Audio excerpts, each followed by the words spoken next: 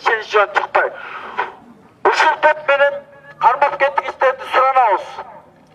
Сыл эртең алдыда парламентский выбор келатат. Ал парламентский выбордун аркасы менен бизде постоянно революцияны пайдалангандар бар. Билесиздер. Пайдалангандар бар. Мына ошол пайдалангандар Сурабалдиева, Максат Мамытканов, Сыймык Жапыкеев, жана Жандауде, жана Тилек Токтогазиев. Шаулин. Жок, аны мен Жандау деп, ал бывший милиция болгон экен да, сөүчү.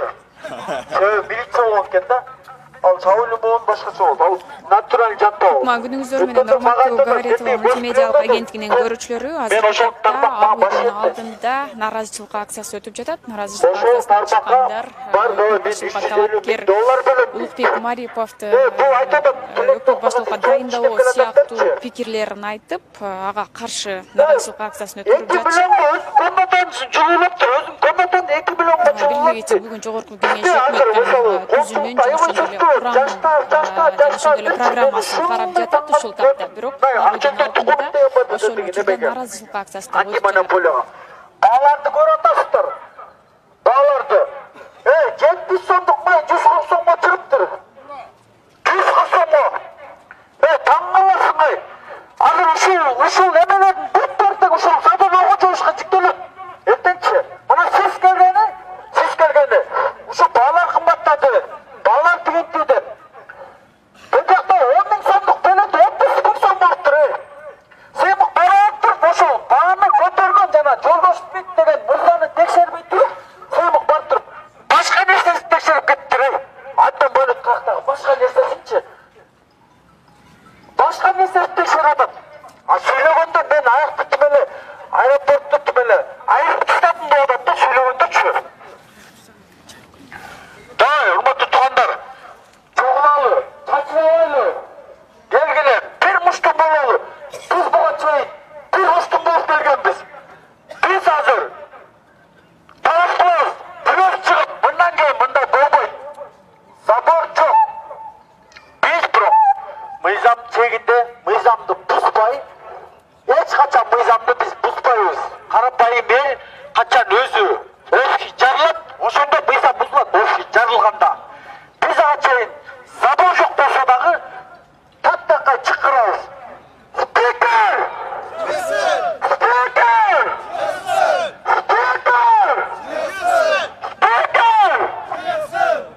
Урматтуу туугандар, бул жерде 5-октябрда мынакей мен көргөндө канча көздөн ажырагандар, бутунан ажырагандар, колунан жаракат болгондор ушул жерде мынакей акыйкатты издеп дагы эле турабыз.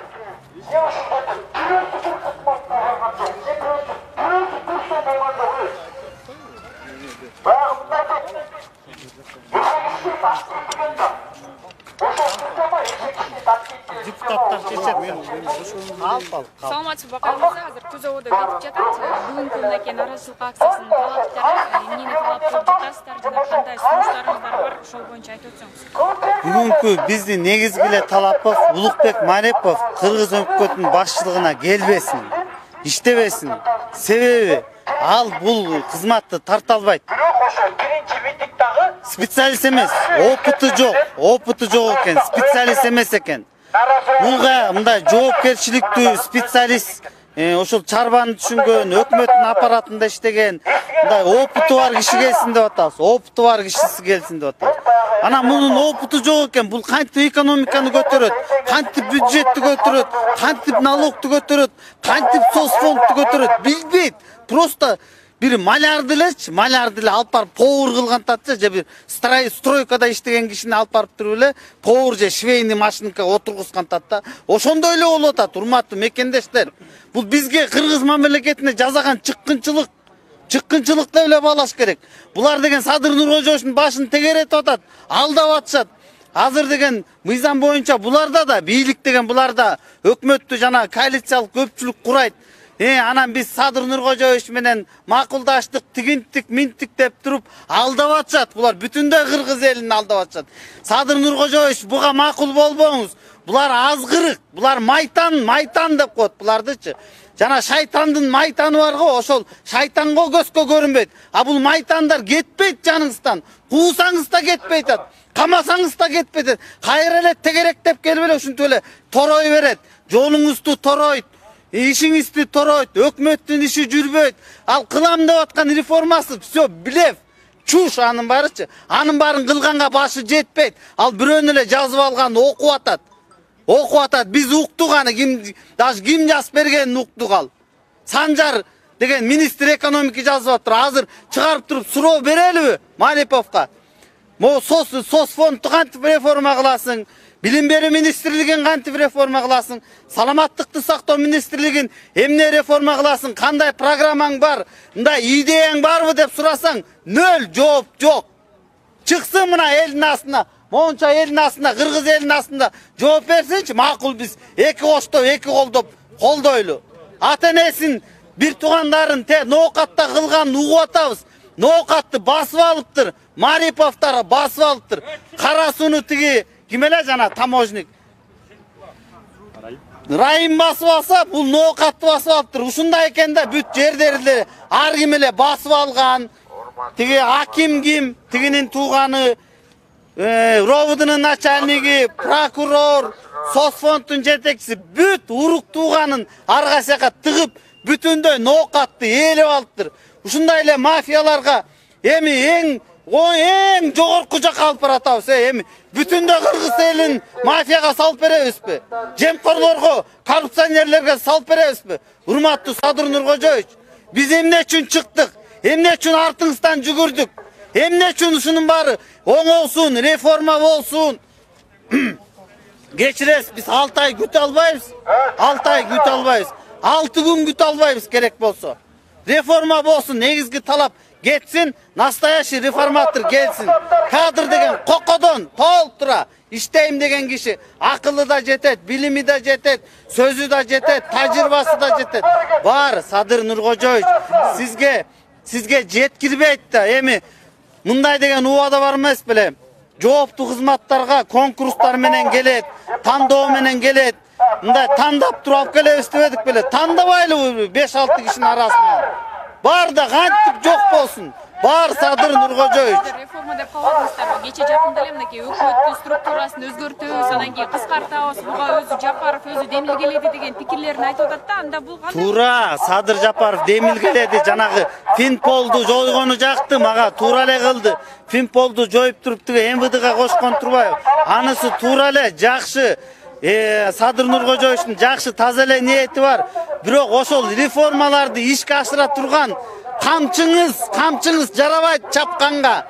Жарабайт, ал камчы кармаганга сап жок, башы жок, жөн эле воздух, мыльный пузырь. Сөздөрүнөн эле байкабайсыңарбы? Ал структураны кыскартып же чоңойткондон биздин жашообуз, менин кийимим оңолуп, курсагым тоюп, үйлүү болуп калган жок мында. Андан болбойт. Реформаны деген реформатор жазайт. Аны министрликти азайтып көбөйтүп койгондон эчтеке өзгөрүлбөйт. Тигин эле тияка, тиги кабинеттен тиги кабинетке которуп коймой, болгон эле реформасы ошол экен. Жапыкеевке каршы да пикириңизди айтып калганын азыр байкап атабыз. Негизи буга чейин ушу Жапыкеев жанагындай имичтерди иликтеп жатканын эл дагы айтып жатпады беле? Буга кандай пикирдесиз? Ай, себептен анын ишине мындай? Жапыкеевдин эми кыргыз эли мына көрүп эле турат да, канча акча бюджетке киргиздиң, канча кылмышкерди таптың, канчасын каматтың. Мындай результат жок да, результат жок. Жөн эле шоу, жөн эле шоу мунун барычы. Бүт бир эле Жапыкеев иштебей аткан жок. Жапыкеев Финполду басып жатат. Прокуратура, МВД, ГКМБ, ушулар силовой структура, аудиторлар, мына аудиторлордун жетекчиси, эсептеп палатанын жетекчиси өзү ошол бардык акчаларды көзөмөлдөй турган киши. Көзөмөлдөй келген үчүн ушундай туңгуюкка тыгылдык да биз. Ушундай кризиске тыгылдык. Силерде кандай сунуштар бар конкреттүү? Эмне кылыш керек анда? Бизде сунуш мындай, азыр шашпай тургула деп атабыз. Шашпагыла. Ичине кое турчу.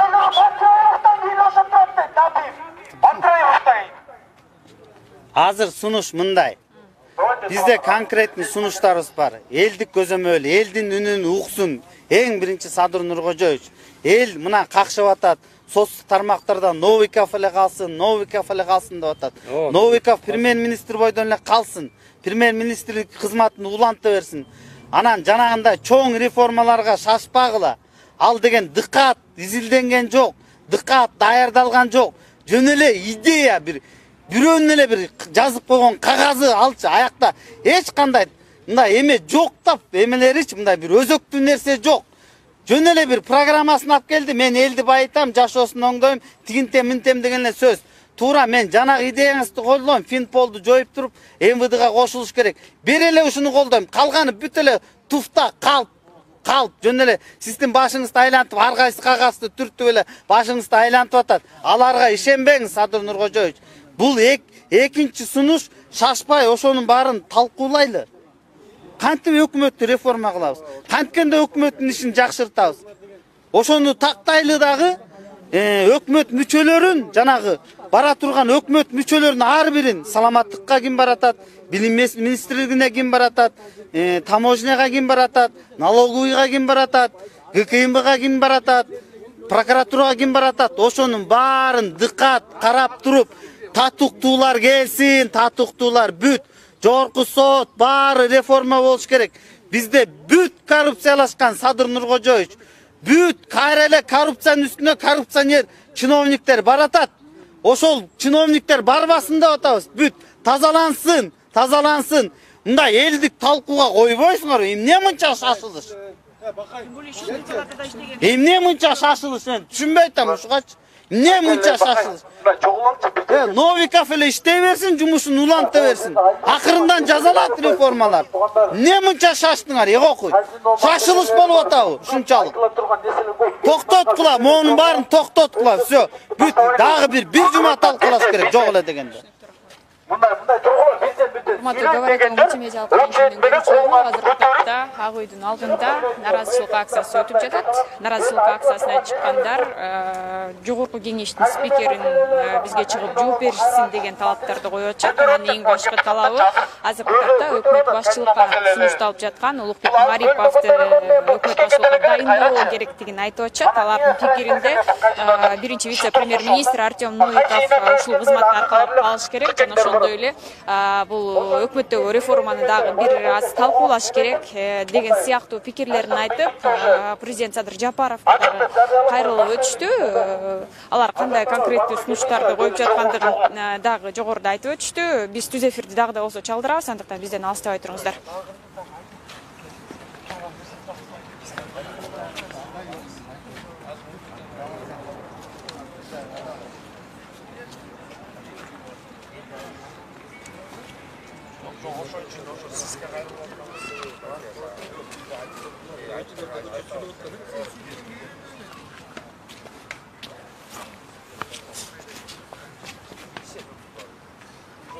Кайсы канал сиздер? Говорит.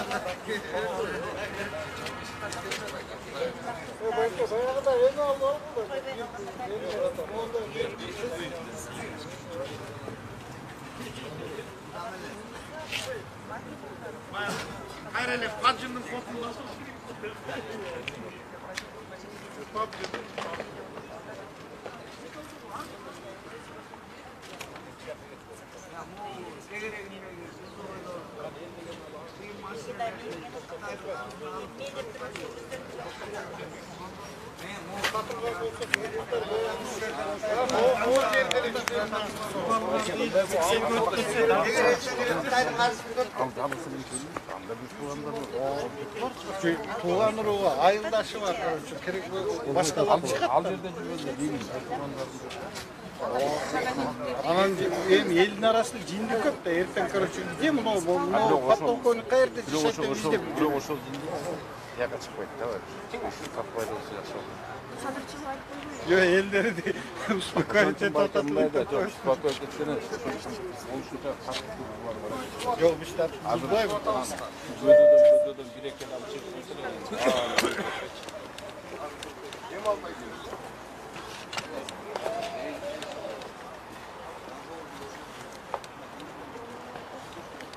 ne oldu?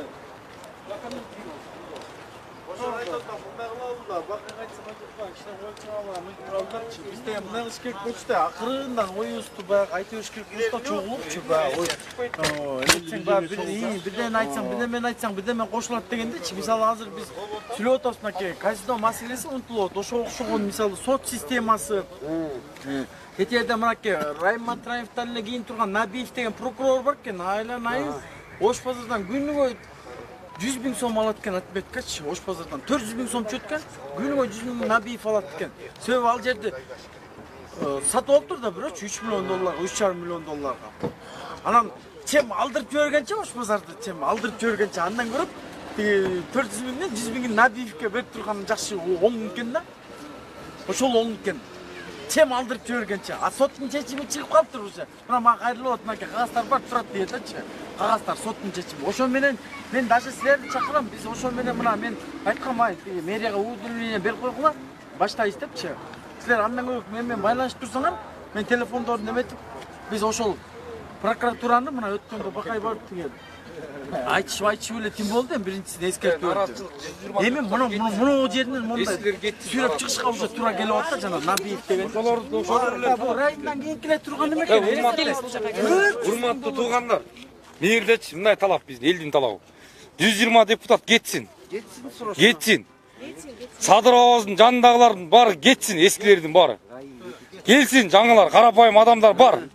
Диплом көтөрүп жүргөндөр деле бар. Мына иштейм дегендер бар. Ар бир жаш муундар бар, көтөрөбүз, мына иштейбиз дегендер бар. Ушул ак үйдөн башка жерде иштесе бул депутаттар эмне? Өлүп калабы? Кетсин ушулардын баары, кетсин. Эмне 120 депутат элдин эле байлыгын алып эле тоной береби, я? Коронавируста көрдүк го, канча эмени көрдүк коронавируста. Элдер кыйналып, элдер кулап калып атса, депутаттардын баары каникулга чыгып кетти го. Элдерге шылдың кылгас 5 килограммдан ун таратышты. Депутаттар эле жашайт экенбиз да.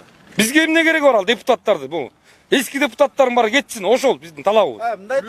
Иллюстрация, жаңылар келсин. Мына отсаңыз карапайым адамдар, көп адамдар жүрөт, карапайым адамдар. Диплому бар, үйүндө чаң басып жатат дипломдор.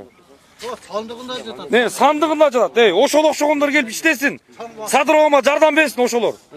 Эми жаңы президент келсе ошого жабышып атышат эми. Эртең баарын ушулар жаманатты кылат элге. Ушулар жаманатты кылып президенттен биз жаман көрүп дагы митингге чыгабыз. Ошондуктан эскилердин баары кетсин. Талап ошол. Баары кетсин. Эскилердин баары болду. Талап ошол биздин. Жаңылар келсин. Мына эки жетим баланы деле кыйнап турго. Азыркы мына көчө премьер болуп алып отуруп алды. Шылдың кылгас менин чачым агарып кетти деп, ошондун чачы агарбай эле турат. Элдин чачы агарып кетти буякта. Чачы агарта турган экен. Элдин чачы агарып атат. Биз элдер карапайым элдер кыйналып атса, булар улам эле курсакта жүрүшөт. Чачын отуруп эле боёп алып эле агарып. Элдердинчи мына мисалы үчүн мен силерге айтып берейин. 300 сом тапкан элдер бар, таксовать этипчи. Ошолор кечке чейин иштеп, эртең менен келсе, кайра эртең менен кагаз келип атат. Камерадан штраф 1000 сом, 1,5 сом деп. Эмне карапайым элдер эмне кылалы биз? Башка эчтекебиз жок. Же жумушка барсаң, жумуштагылар кедей дедет. Өзүбүздө жүргөн орустар эле кемситип атат кыргыздарды. Акчабызды бербейт. Көрүнгөн жерге иштесең деле. Ошол четтегилердин баары мына жыргагандан жүрөбүз. Кетсин могу карап эмелер депутаттар. Мынакей. Кетсин, иллюстрация кетсин. Садыр Жапаров, Садыр Жапаров. Жоопкерчиликти мен Урматтуу Говоритова мультимедиалык агенттигинин көрүүчүлөрү, азыркы тапта Ак үйдүн алдында нааразычылык акциясы өтүп жатат. Ал жака болжол менен 20га чукул жетпеген жаран нааразычылык акциясына чыгышкан.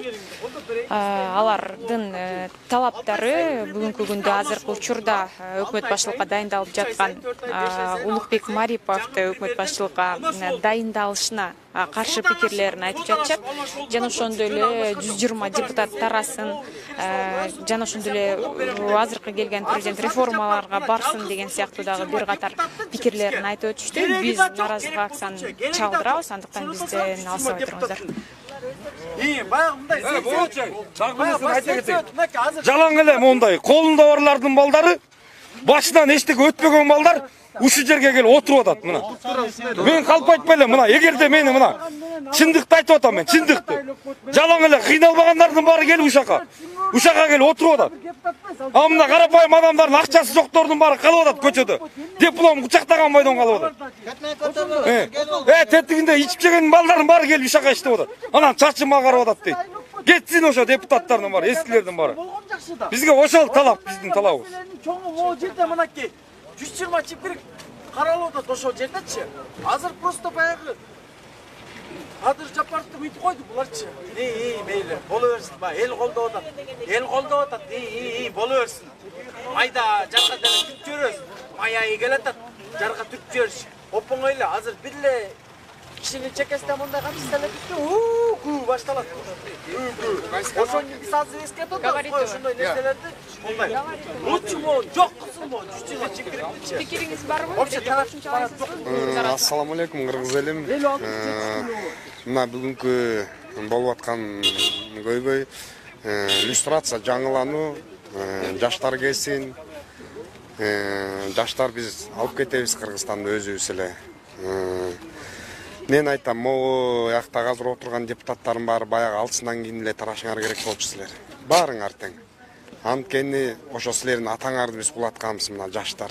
Өзүңөр көрдүңөр бүт полный. Ушакта эми депутаттар 120 депутат, 7 областы неге өнүктүрө албай атабыз ошо 120 депутатка спикерине айтат элем менчи. Эчтеке өнүкпөй атат. Жетим жесирлер көбөйүп атат, кайра миграциялар агып атат, баары кымбаттап атат. Ошонун баарына көйгөйүнө чыктык. Депутаттар силер кеткиле, өзүбүз эле акырын эле окат кылабыз. Биз депутат эле окат кылабыз. Депутат деген болгону 35 эле депутат болот, андан башка болбойт. Бир мандаттуу болот. Ошону эсиңерге тутуп алгыла. Туура. Өтө эсиңерге тутуп алгыла. Жети дубандын балдары араң эле турабыз. Могу ак үйдү баягы келип оңдоп алдыңар. Ошолордун ордуна ак үйдү токтото туруп жетим жесирлерге жардам берсеңер болмок. Келгилечи, биз көрсөтүп беребиз жетим жесирлердин үйлөрүн. Те жакта үйлөрү жок, көчөлөрдө жатып жүргөн кыргыздар дагы бар. Чоңдор ойлонгула, ойлонбосоңор болбойт. Буякта астыда жаштар келатат. Эртең да жаштар биздин кепибизди кийип калбасын. Бизди болсо мына 90-жылы келгенден баштап бүт баарыбызды тоноп, тың балдардын баарын соттоп ийдиңер. Баарыбызды зек кылдыңар. Буякта депутаттар канча деген баланын өмүрүн, сонун балдардын өмүрүн чаап салдыңар. Анан дагы бир нерсе кайрылат элем. Немени? Баягы Садырбайка айтып аткан. Золотой амиссияны чечкиле. Чечпесеңер болбойт. Золотой амиссия. Улукбекти кетирбейлби, Улукбек. Ошон үчүн бир туугандар, давайте өтө карап, өтө мындай 2000 километрден мындай ынтымак менен чечип алалы. Болгону 2000 километр экен. 1800 айыл бар экен. Вот ошактан балдар чыгып, каждыйнын өкүлдөрү болсун каждый айылдан. Ошолор келип конституцияны коет, айылынан келип. Айылда эл эмне деп атат, ошолор келип жеткизсин. Садырбайкага ошолор мост болсун 1800 бала. Народный контроль түзүлсүн. Мунун баары тең эме да, бир туугандар, эслеметсеңер, иштейбиз биз, по порядку иштейбиз. Мына мен Кыргыз үчүн, Кыргызстандын келечеги үчүн башымды койгом, до конца коебуз. Вот ошон үчүн давай ойлонгула да, эсиңерди бар да, этегиңер жыйгыла да, акырын пенсияга чыккыла депутаттар. Баарыңарга айтабыз, бүт. Астындагы жанак жаштар менен өзүбүз чечишип алабыз ошо, жандагы жаштар менен бүт. Ассаламу алейкум, макул, менин сөзүм ошол. Анан мен бул жерден азыр буяга айтып кетпеди.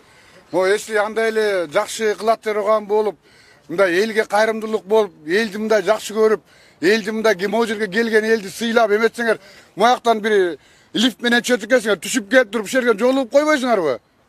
Сессияда отурабыз деп. Кайсысы эмне сессия, эмне чечип атасыңар мисалы үчүн? Мен түшүнбөйм. Мына азыр көрүп отурам, экөө телефон ойноп отурат тиги жерде. Тиякта сүйлөшүп отурат бирөө. Кайсы сессия, эмне сессия? Келип түшүп, буяка жолугуп койгула бизге. Жолуга эмне болдуңар деп. Силерди эч ким жебейт аяктан. Жейип баратса мынакей турат мына жерде орган кишилер карап турат силерди. Мен ушунча болуп, элге жолуга элек, эл менен жолуга элек депутаттарды көрө элекмин. Бүт барыңар деле качып отурасыңар, бүт барыңар деген. Канча деген революция болот. Бирөө чыгып туруп элдин астына жолукпайсыңар. Бар бираз маякта бир 5-6 эле бар. Калганын бүт бардын жеп ичип эле, жыргап эле анан бирдеме десе телевизордон чыгат экенсиңер. Мына элди кайрап атат, элди митип атат деп. Эми бул таксыр инем айтып кетпеди азыр. Эми 120 депутат кетпесеңер, анда билбейм, анда сүйлөшөт анан башкача. Жаштар келатат мынакей. Жаштар келди. Ошол жаштарды биз өзүбүз тарбиялап алабыз. Садыр Кожоевич, ошону баардыгын эске алыңыз. Кандай эл сизди алып келип, ушул жерге кандай сонун отургуздук? Эми ошондо сонун бойдон кете бериңиз дагы, жагыңдагы жанагы ичип жегендин баарын жоготуңуз. Ал жоголмоюнча биякта эл туруп эметпейт уже. Тынчсызданбайт. Уже бүгүндөн баштап уже тура берген. Алдыгыны кетириңиз дедим, Марипов деген эмени. Бандитти. Ассаламу алейкум. Ассаламу алейкум кыргыз элим. Бай кыргыз элим мындай болуп атат да. Мына 30 жылдан бери кыйналып, балдарыбыз каяктан бери тентиди. Дүйнө жүзүнүн баары кыргыздар болуп кетти да. Эми ушул себептен мына канча жылдан бери Садыр Нуркожоевичти колдоп, ушул кишини түрмөдөн чыгарып, мына президенттикке жакшынакай кылып шайлап алдык. 79%. Анан эми урматтуу депутаттар, силер улуу урматтуу болуп кеттиңер да, Кудайдан да кымбат болуп кеттиңер. Кетпейсиңерби? Элди кыйнабай. Мына ушинтип отуруп, мына бүгүн бир 100дөй бала туру, эртең 2000дей болот, бүрсү күнү 20 000дей болот. Өзүңөргө жаман болот. Урматтуу депутаттар, кеткилечи кыргыз элин ыйлатпай. Алдагы Марипов деген бала кече күнү журналисттерге интервью берип атыр. Ак үйдүн ичинде. Мени атам тарбиялады. Сенин атаң міне зордукчулукка тарбиялаганбы? Акмак бала кезиң сенчи. Алда 2 жетимге костюмчуңду кийгизип, ботозуңду кийгизип, аудан кыйнап турсуң го сен. Биринин козу ошол ноокатта аким экен.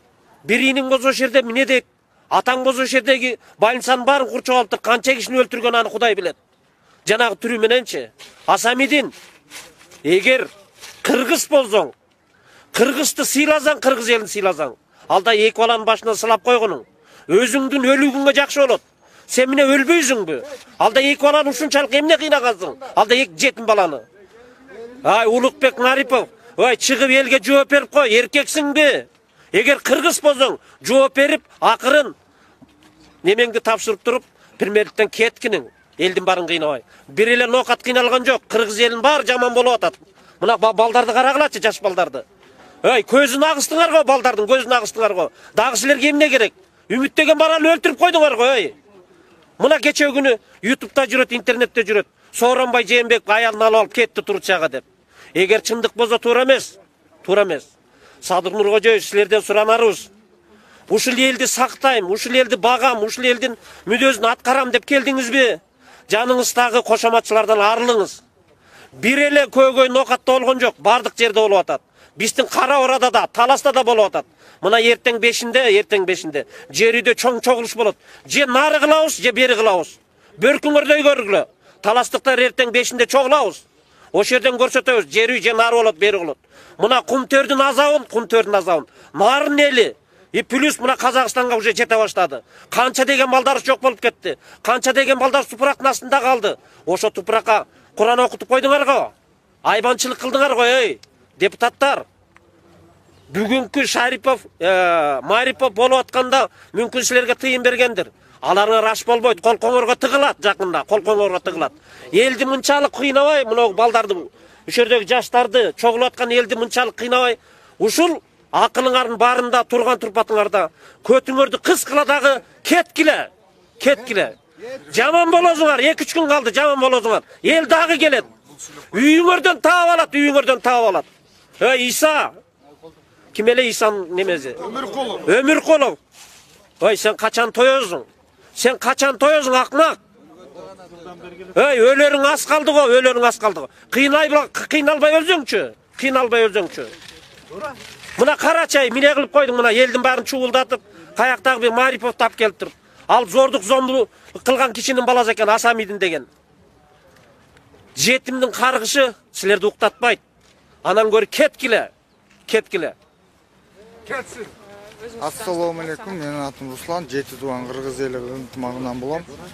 Біздің мақсатыбыз эмне? Біз революция эмне болду ушул жаңылануу дегенбиз да бизче, люстрация дегенбиз. Буякта люстрация болгон жок. Садыр Нуркожоевич элдин үмүтү, баарыбыз үмүт дегенде абалак аз болду. Баарыбыздын азыр белгисиз маршрутта жүрөбүз да.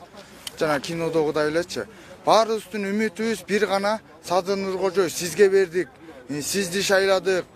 Ушунун баарын сизге тапшырдык. Анан сиздин кылганыңызга биз муякта жаштар канаттандык эмес болуп атат да бияктачы. Биздин наразыбыз, талабыбыз 120 Мариповду кетсин. Биз 120 депутат кетсин. Бизге люстрация керек. 120 депутат булар мыйзамсыз отурушат. Азыр мыйзамсыз Садыр Нуркожоев айтып атабы? Мыйзамсызбы? Анда аларга жардам берели деп, мына Садыр Нуркожоевга жардам берели деп чыкты. Азыр кетпейт. Жок, азыр эмнеге кетишпейт булар? Силердин максатыңар деген азыр Мариповго каршы чыгып каршы ошол жөнүндө сүйлөп бериңизчи. Бизге Мариповдун кереги жок. Мындай кандидаттын кереги жок. Анан ал Марипов 3 ай иштеп, анан тиги болуп, бул болгуча биз келип, андан көрүп тиги жана ким эле боло берсин, берки мурунку эле. Андан кийинки жаш Новиков эле боло берсин. Бизге кереги жок аныңчы. Азыр чындан кийин фамилияңар аттыңар ким? Руслан Жумадилов. Түрдүү пикирлер айтылып атпайбы? Анан ушундай нааразычылык акциялары болбош үчүн, бардыгында жапатырмак бир муштумга түйүлүү үчүн кандай кылыш керек? Мисалы, буга чейин деле мынакей депутаттардын саны 90го кыскарат деген пикирлер айтылды. Министрликтер бириктирилет деген жана тазалаш керек да, жаңыларын коюш керек. Люстрация эле болуш керек да. Биз люстрация деген болгонбузда, мен ошону Садыр Нуркожоевго үнүбүздү жеткизели деп чыктык могу жердечи. Тиги премьер-министр кетсин деп атабыз. Бизге жакпайт. Ал элдин үнүн угам деген Садыр Нуркожоевич. Мына чыктык. Элдин үнүн уксун, кетсин. Или премьер-министр азыркы убактылуу спикер чыгып бизге жообун айтсын. Кандай болот? Биз ал тиги 120 депутаттын эмеси менен эле биз өткөзө бербейбиз аларды. Бизде эл турат, мына канча жети дубан кыргыз эли ынтымагы турат могу жердечи. Биз аны кайдыгер карап, биз кайра 4-революция, 5-революция деген күтпөйбүз. Бизге жетет. Баарыбыз түшүндүк. 30 жылдан бери бизди жыргатпаган, эми келип жыргатышабы? Кыргыз элим. Ушул эле болуп атпайбы? Бир чакка менин кереги жок. Мен суранарым. Садыр Нуркожоевичтен суранам. Муфтийден суранам. Ушу биздин казиятыбыз, муфтийбиз биздин. Анан биздин байкебиз бар. Камчы байкеден суранабыз. Кыргыз элин чечсин, ынтымак алып келсин. Болду биздин мүнөзүбүз ошол, талабыбыз ошол, башка эчтеке жок. Биз бирдемени талкалайлы, бирдемени бүлдүрөлү деп чыккан жок. Элдин үмүтүн буга чейин 30 жылдан бери ушинтип үмүт укпаган үчүн бул президенттин баары кетишкен булар. Азыр биздин үнүбүз уксун. Ассаламу алейкум ва рахматуллахи ва баракатух. Марипов болсочу, Саламатсызбы. Жети туган кыргыз эл ынтымагынан менин айта турганым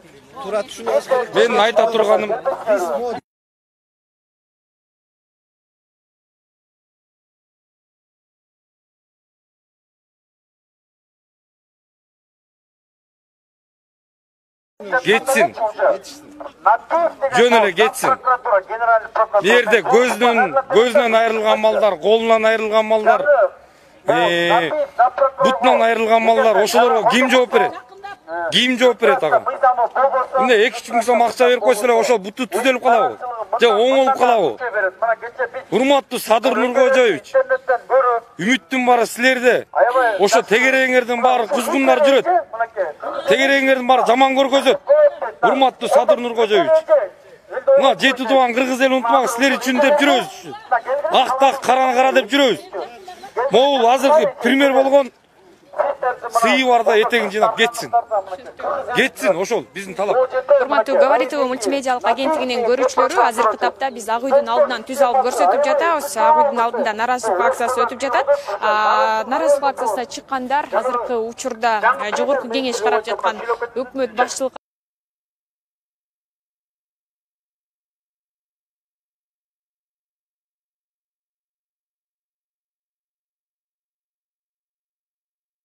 талапкер Мариповдун кетишин талап кылышууда жана ошондой эле 120 депутат тарасын деген дагы пикирлерин айтып жатат. Бул жакта түрдүү пикирлер айтылды. Андыктан биздин каналдан алыстабай, биздин каналга жазылганды дагы унутпаңыздар. Түз эфирде Говори ТВ мультимедиалык сайтынан жана ошондой эле социалдык тармактардагы баракчабыз аркылуу көрсөңүздөр болот.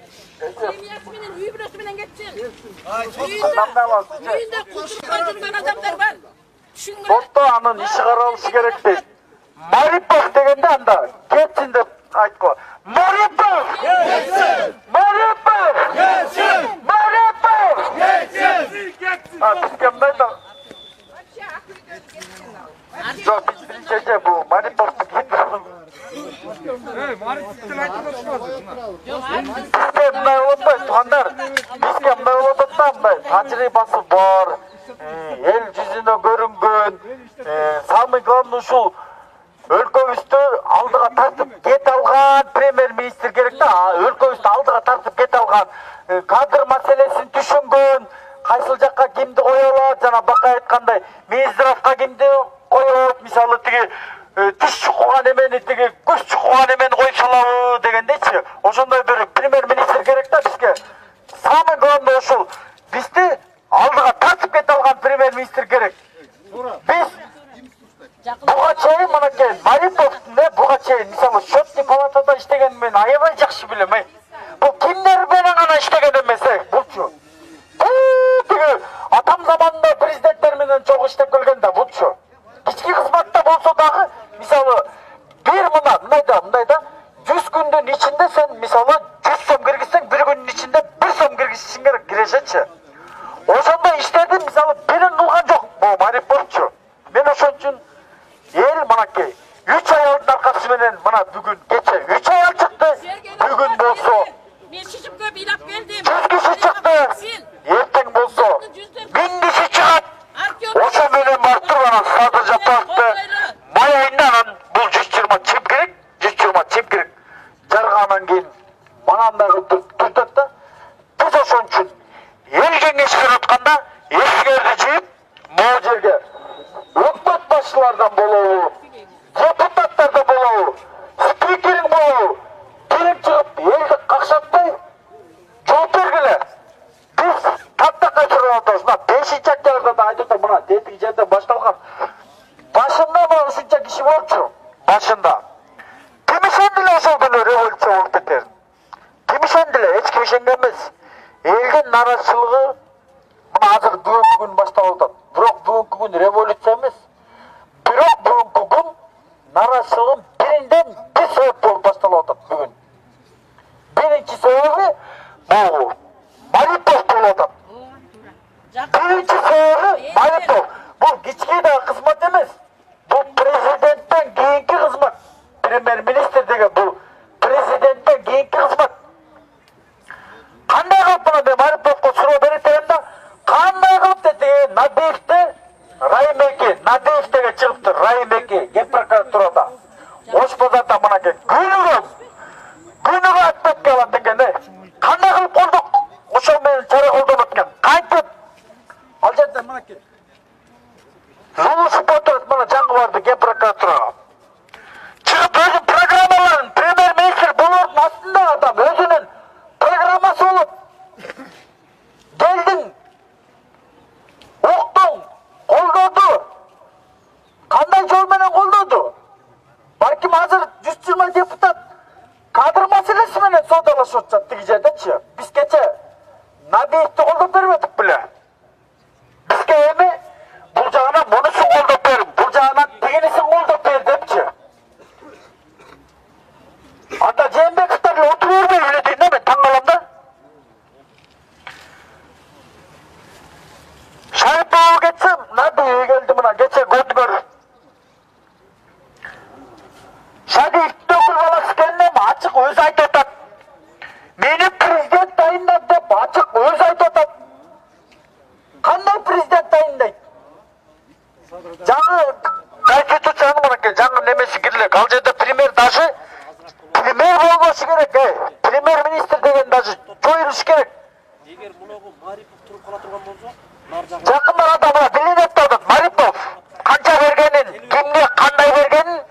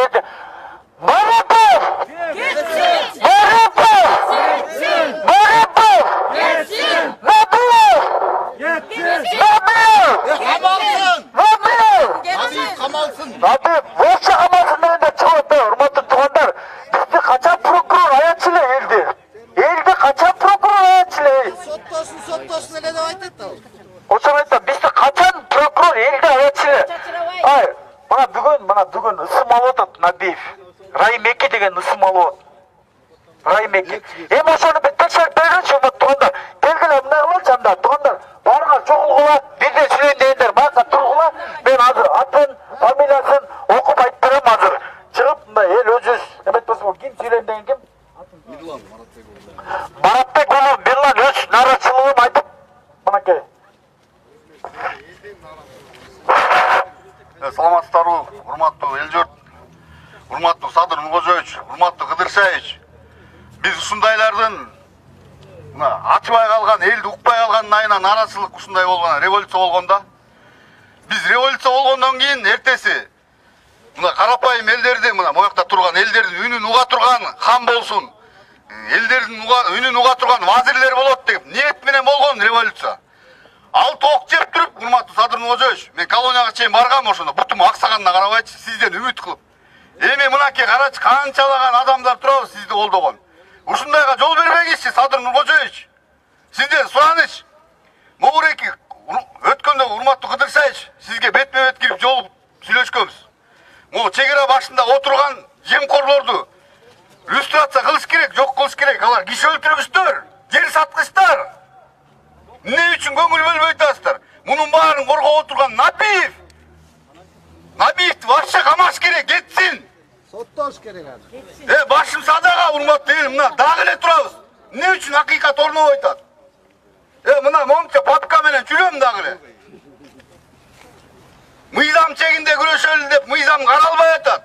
Арыз 2 ай болуптур, каралбай жаттыр, папка чаң басып кетти. Урматтуу прокурорлор, урматтуу паракорлор. Акыйкат каякта? Чегара башчылары Талгат Алановдун 6 баласы калды, жетим. Имиш чыгып атат, заказчиктер даже. Кимге барып кайрылайын, айтыклачы, ким уат?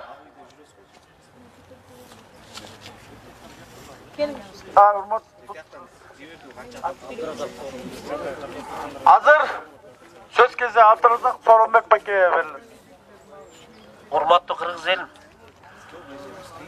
Эч эмоция калтырбай эле жакшынакай эле сүйлөшөлүчү.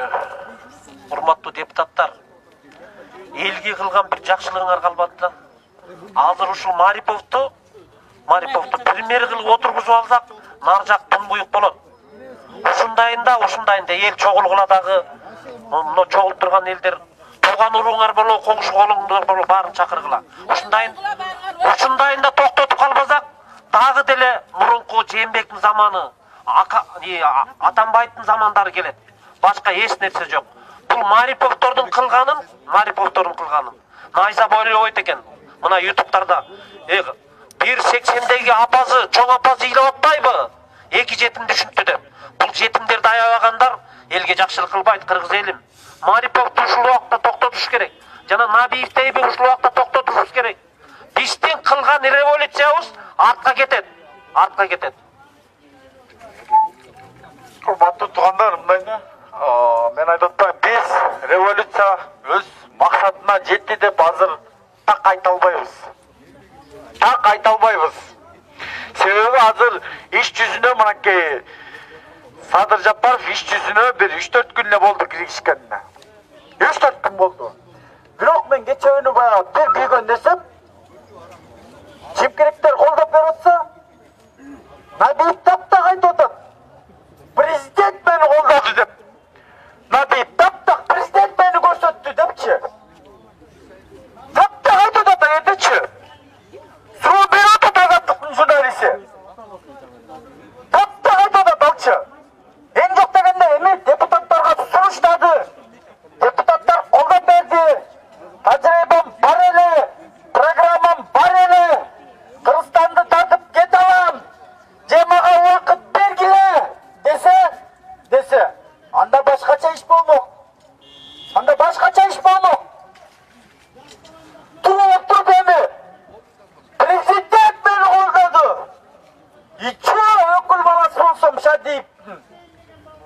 Ичо деп туруп эле мойду басып туруп кетти да, мен таң калып атам да, бул эмне?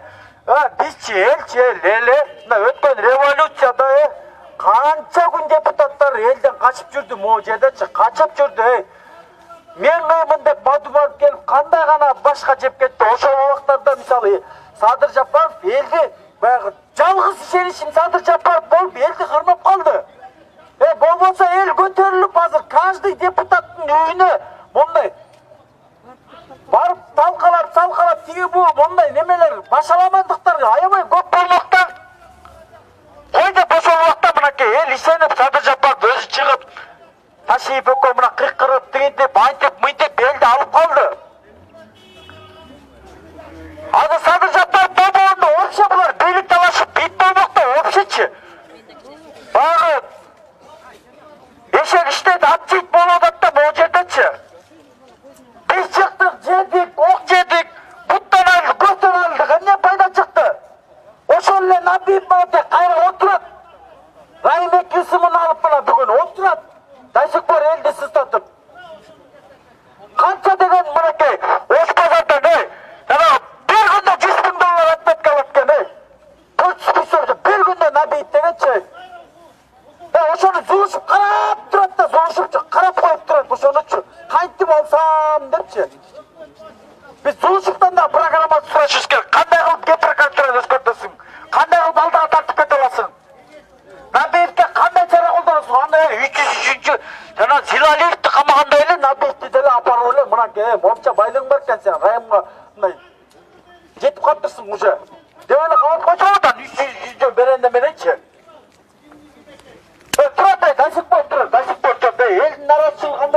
Урматтуу Говоритова мультимедиалык агенттигинин көрүүчүлөрү азыркы тапта бизге чогулуштурган көрүүчүлөр үчүн дагы баса белгилеп өткүм келет. Азыркы тапта Ак үйдүн алдында наразычылык акциясы өтүп жатат. 30га чукул жарандар чыкканын көрүүгө болот. Алар азыркы тапта жогорку кеңеш карап жаткан өкмөт башчылыкка талапкер Улукбек Мариповдун кызматтан кетишин жана ошондой эле өкмөт башчылыкка дайындалбашын талап кылып жатышат. Жана ошондой эле 120 депутат тарасын реформа болушу керек дагы түрдүү пикирлерин айтып жатышат. Азыркы учурда наразычылык акциясында түрдүү пикирлер айтылып жаткандыгына байланыштуу Говоритова мультимедиалык агенттиги айтылган сөздөргө жоопкерчилик албайт деп дагы баса белгилеп айтып өткүм келет. Азыркы тапта буга чейин ушул Садыр Жапаровдун колдоп жүргөн Бакар Кашкарбаев жана башка дагы жарандарды көрүүгө болот. Биздин каналга жазылып, биздин одого түз эфирге Говоритова мультимедиалык сайтынан жана ошондой эле социалдык тармактардагы баракчабыз аркылуу дагы көрсөңүздөр болот. Болду да мынча айтканда жакшы бир себеп болду. Sebep buldu. Hazır. Onday bir kılç bir deme tavuk ajatkanda yaparım. Kılç bir deme tavuk ajatkanda. Ona yemin tattı. Gergile boşun. Biz kандай işen sokakta geçendemiz. Bulim ne degen çaba. Nege prokuratura iştebeyt. Ne mizamdılık yok. Nege çındık yok. Yok degende boluş gerek çındık. Biz çındığı için güreşkemiz. Dağı güreşemiz. Kaysı, sizlerden tekerengerde kaysı çöller var. Çöller, 120 koylar. Irınar bitti, getkile. Irınar bitti, jakşılıkça getkile. Soran getkile. Kısa turgan jeriңерди kısıp getkile. El doygatpagıla. Biz baldardı koybayız soğuşka. Emi eneler çağız. Paprovi her biriңдин birden үйüңe varam. Biriңden birine үйüңe varam, her biriңdin үйüңe. Ot, жооп бересиңер мыйзам чегинде. 20 жыл элдин канын ичип келдиңер. 20 жыл элдин нанын жеп келдиңер. Нукат районунун немеси Улук Марипов, кайсы бетиң менен сен премьер-министр болосуң? Sen kimge gereksin? Sen hiç kimge gerekmeksin, gerek emezsin, sen jegitsin. İdi von. Tuttur aytıp jatat, bul adam getsin. Bul adam nartı menen jakşılık bütüge bolbayt. Maripov getsin. Maripov getsin. Eskide de kayra get jatat. Bizge жаңыланы болды ба? Kadr, jaylar, jaşlardan balovu. Jebegen, içpegen, taza, el üçün güreşem degen adamları koygula. Biz oşona kadar talap kılabız. 5. klasın okutusu olsa dağı jeb içken emes kuyruğu tazanı koy. Al Maripov jeb yürünüp kalganda, Aylanay Nokat rayonu boyunca bir adam Maripov jaman dep çıkıp aytalbagandan keyin bul kim? Bul monopoliya. Bul degen eldin kanın sorguç adamlar. Getsin gözge görünmesden. Tazalagıla UKMK. Urmatlı Kamçayak Taşıyevich uşul Ulukbek Maripov'tun üstünden hiç kim nege kozgolmaydı. Negani tekşermeysinger. Tekşeriş gerek. Bir doktor pремьер-министр. Butqa kiygen bakır kantip 150 so'm bo'lsin jana salafanca butqa kiygen. Ben putka giygen bakıldı tuvaletken giybeyim. Oşa başına giyip 150 so'mdan da kirgiziptir budjetke. Bayağı emeden. Davayçı tuğanda. Unutmak. Unutmaktık bar yerde ırıs var. Hiç kanday açık aldırmastan talap kılavuz, talavuzda atkarbasa anan söyleşiyoruz. Kamçak taşıyıp da men talap kılav. Kamçak taşıyıp davay. Uğuluk, marifet üstün iş kozgolsun. İş kozgop şunu çındığa jetip veriniz mi sizde çındık. Kamçak taşıyıp sen bir somakta cep 1 santimetre yer algan adam emessin sen. Tazacı gitsin. Başka söz aytarım yok. Davay sıymıklı da koldoyuz. Sıymık beşe keyif, yapı keyif degen nerse bir yolu жаңылса жаңылганdır. Nu жаңылbagan жак, müdürülbegen tuyak yok. Biz geçireviz. Bizge sıymık başlagan iş. Geçsin. Deputatlar geçsin. Geçsin. Жаңылануу bolsun. Bolsun. Reformalar bolsun. Bolsun. Ne yapayım? Ne yapayım? Geçsin. Ne yapayım? Geçsin. Ne yapayım? Geçsin. Урматтуу говорит мультимедиалык агенттигинин көрүшүндө азыр таптын агылдын алдында нааразычылык акциясы уланып жатат. Алар ушул өкмөт башчылыкка талапкер жогорку кеңеште анын талапкерлери каралып жаткан Өлкөк Мариповдун өкмөт башчылыкка дайындалып жатышы боюнча нааразы пикирлерин айтып жатышат. Жана ошондой эле түрдүү пикирлерин айтышты. Биз азыркы учурда Hiç bunday doğuntu ödet mu? Deputatlar, башка чыгып бизге жооп берсин деген коюп жатышат. Андыктан биз азыр эфирде жыйынтыктаганга туура келет. Сыймык жок эле элди окутуп болсун бизчи. Мындан кийин болду эч кимге ишенбейбиз.